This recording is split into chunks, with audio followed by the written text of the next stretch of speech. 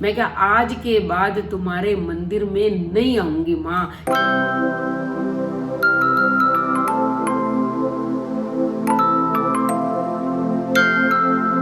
नमस्कार, आप सबका हार्दिक हार्दिक स्वागत, अभिनंदन, ढेरों प्यार और शुभ आशीर्वाद। और सुन रहे हो कहानियां कैसी लग रही हैं।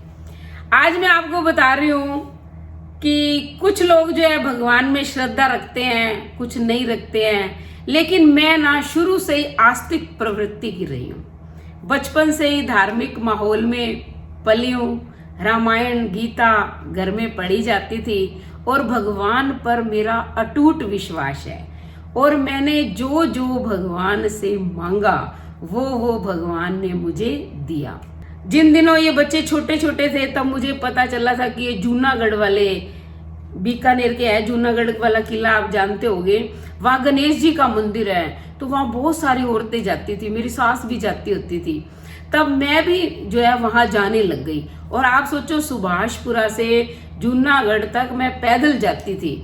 और प्रसाद क्या था, 5 रुपए के 2 लड्डू आते थे, वो चढ़ाते थे। वो 1 लड्डू चढ़ा देता था, 1 वापस दे देते थे। वही हम चारों जो है बांट कर खा लेते थे।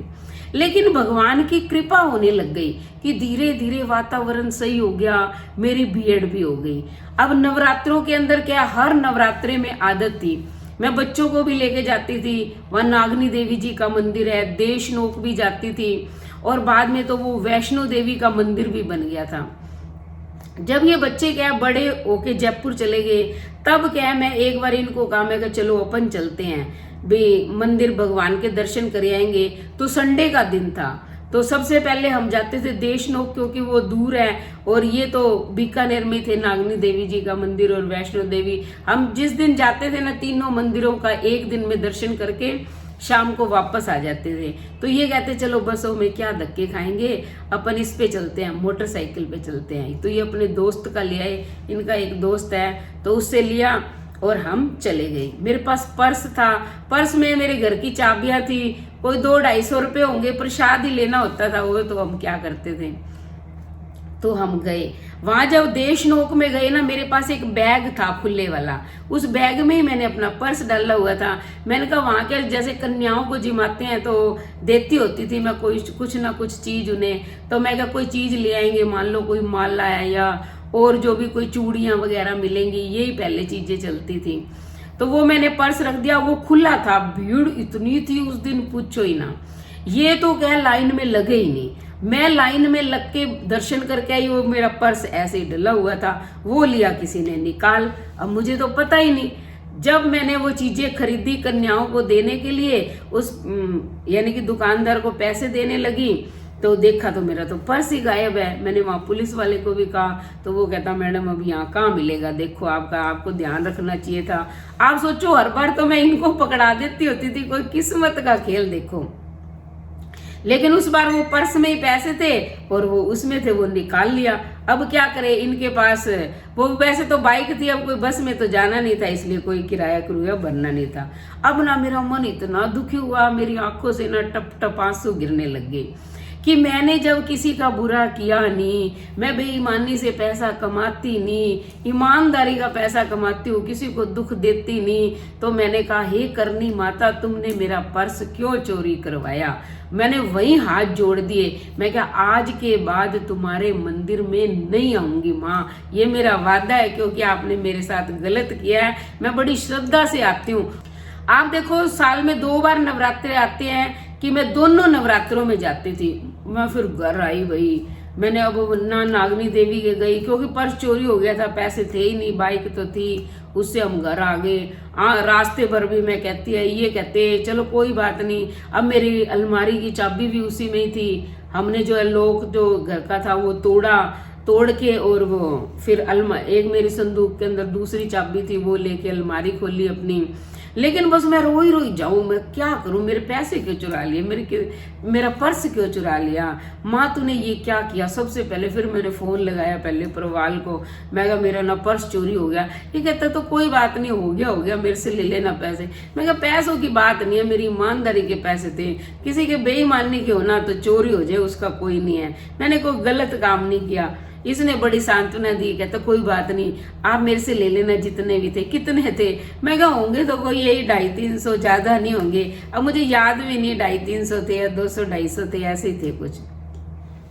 फिर अर्शु, क्योंकि मेरा तो दिमाग बस खराब हो गया, फिर मैंने अर्शु को फोन लगाया। वो कहता मम्मी आप मत रो, आपके जो आंसू है ना वो ज्यादा कीमती है उन पैसों से, आपको मैं कल ही पैसे भिजवा दूंगा, चाहे किसी के हाथ ही भिजवाऊं, आपके पास जो है 1000 रुपये पहुंच जाएंगे, आप सोच लेना भगवान ने जो आपको दे दिए।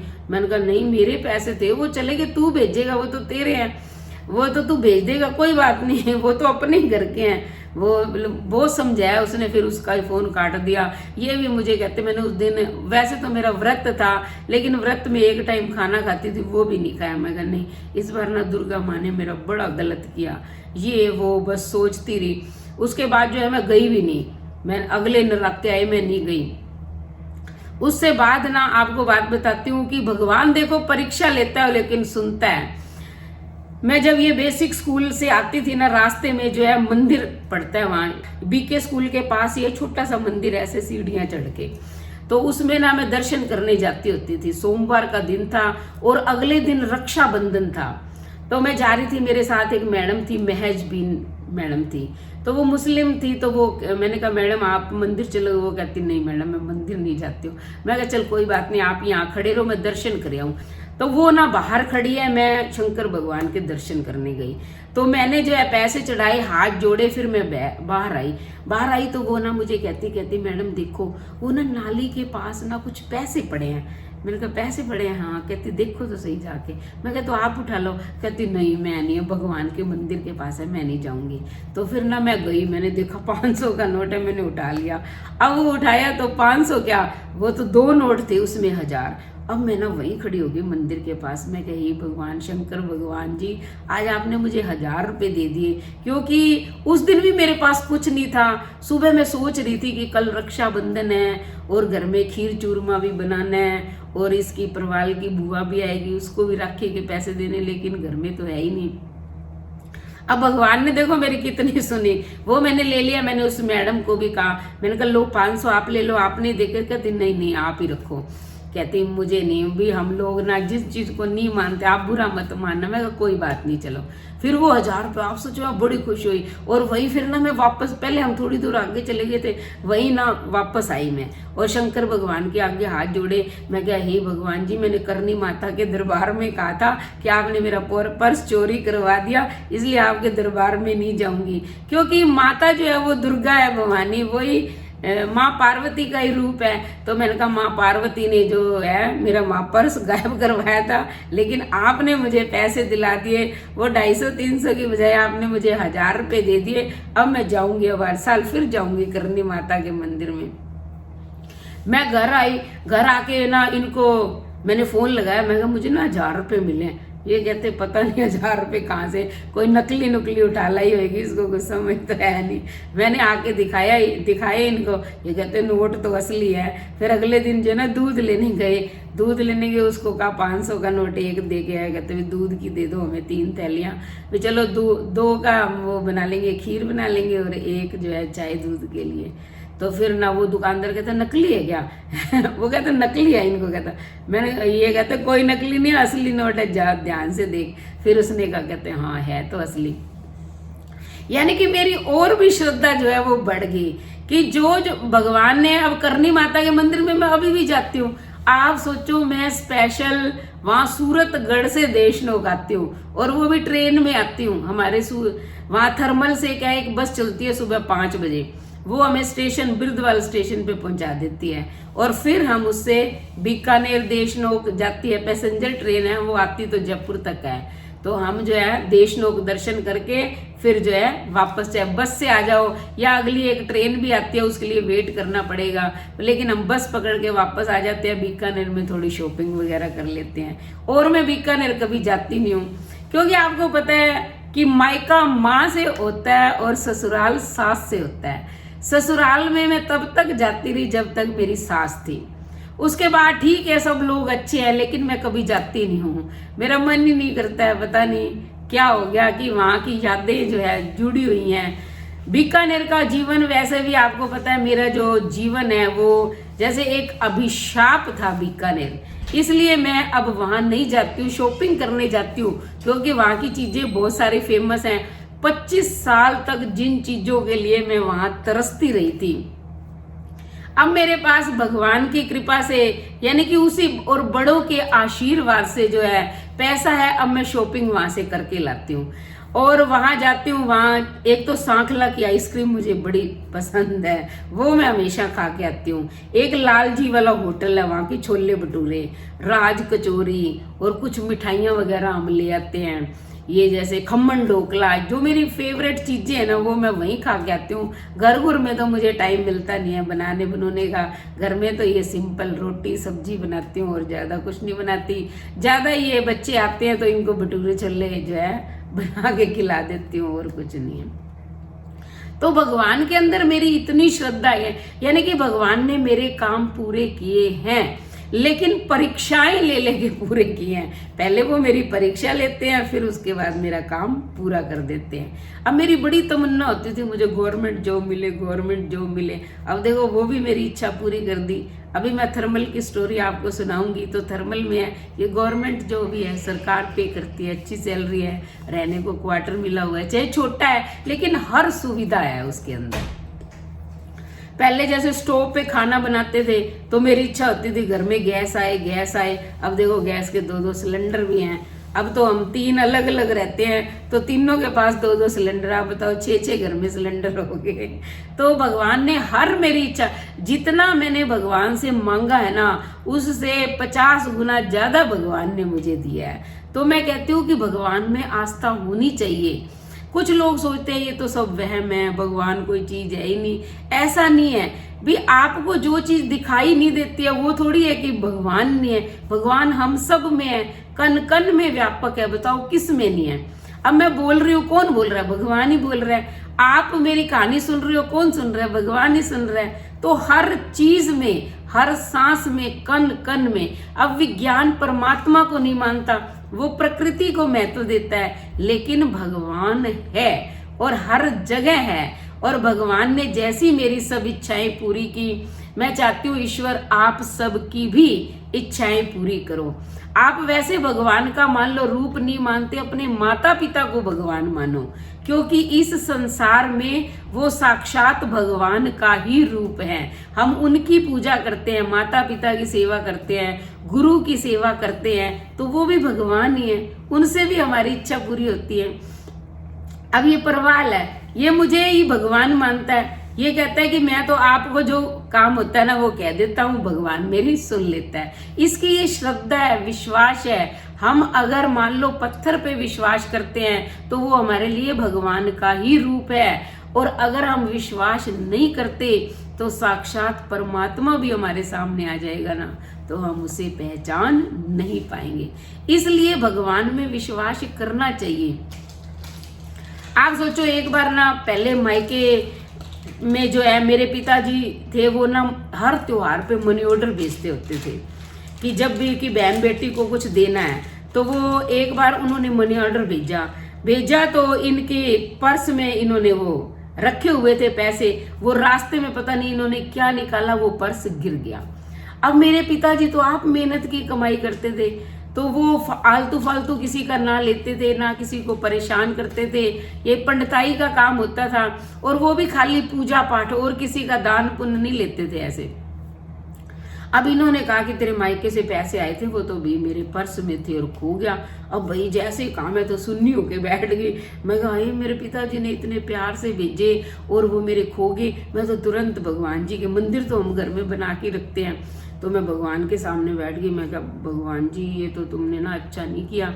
देखो मेरे पिताजी ने तो पैसे दिए भिजवाए मेरे लिए, और आपने जो है ऐसे पर्स ही गिरवा दिया। तो आप जो है कैसे करके जो है वो पर्स दिलवाओ भाई। बस मैं तो कह के फिर देखा भी जो होगा सो होगा। आप सोचो कि ये अपनी शॉप पे गए ना, तो एक व्यक्ति ना वहां पहुंच गया, इन्होंने ना उसमें पर्स के अंदर एक अपना एड्रेस डाला हुआ था, वो वहां पहुंचा और इनको कहा कि देखो ये अपना पर्स गिर गया था आपका और ये आप ले लो, उसमें मेरे पैसे थे। इन्होंने आके दिए तो मैंने कहा देख लो ईमानदारी के पैसे थे इसलिए मिल गए। मैं कह रही हूँ ना, जो ईमानदारी से काम करता है ना भगवान उनकी सुनता है, और जो ईमानदारी से नहीं करते हैं, आप सोचो बेईमानी का पैसा कब तक फलीभूत होता है, नहीं होता है। मैंने ऐसे ऐसे परिवारों को देखा है, पूरे के पूरे खत्म ही हो गए बेईमानी करने वाले। तो हमें भगवान पर विश्वास करना चाहिए, उन पे श्रद्धा रखनी चाहिए, तभी जो है हमारे सारे काम पूरे होते हैं। पूरी हुई नहीं अभी तक? नहीं अभी नहीं हुई, जल्दी करो पूरी। अभी मैं अपनी कहानी सुना रही हूँ। मैं सोच रही हूँ, मैं भगवान पे विश्वास करती हूँ, लेकिन हम ज्यादा पैसे वैसे भी नहीं खर्च करते हैं। मैंने आपको अभी भी बताया, अभी भी चाहे मैं कितने भी कमा लूं, मैं दूसरों पे तो खर्च कर देती हूँ, अपने पे नहीं करती। अब वहां जब मुरलीधर व्यास कॉलोनी में थे तो मैंने इनको कहा चलो एक फोल्डिंग पलंग खरीद के लाते हैं। अब हम फोल्डिंग पलंग तो हमने खरीद लिया, पता नहीं 600-700 का आया होगा, लेकिन जब उसका ऑटो का खर्चा, वो जाए किसमें, ऑटो में जाएगा या वो रेडी रूढ़ी होती है उसमें रख के लेके जाए। अब बताओ 100 रुपए से कम कोई माने ही नहीं। कोई मैं कहा थोड़ी सी दूर तो अल्लाह हम पैदल आ जाए, पैदल चले जाए, लेकिन कोई नहीं मानना। आप सोचो हम साइकिल का जो वो पैडल होता है ना मारने वाला, उस पे उस पलंग को रख के जो है घर तक लेके आए थे। कंजूसी की भी कोई हद होती है नहीं। आप भी कहोगे कि ये माता जी ने क्या क्या काम किए, लेकिन आपको ईमानदारी से बता रही हूँ।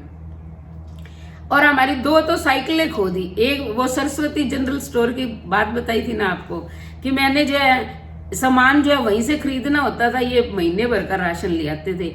एक बार ये गए वहां, इन्होंने अपनी साइकिल खुली छोड़ दी, बैग था जिस थैले में सामान लाते थे, वो भी वो आगे क्या बोलते हैं साइकिल का हैंडल पे टांग रखा था।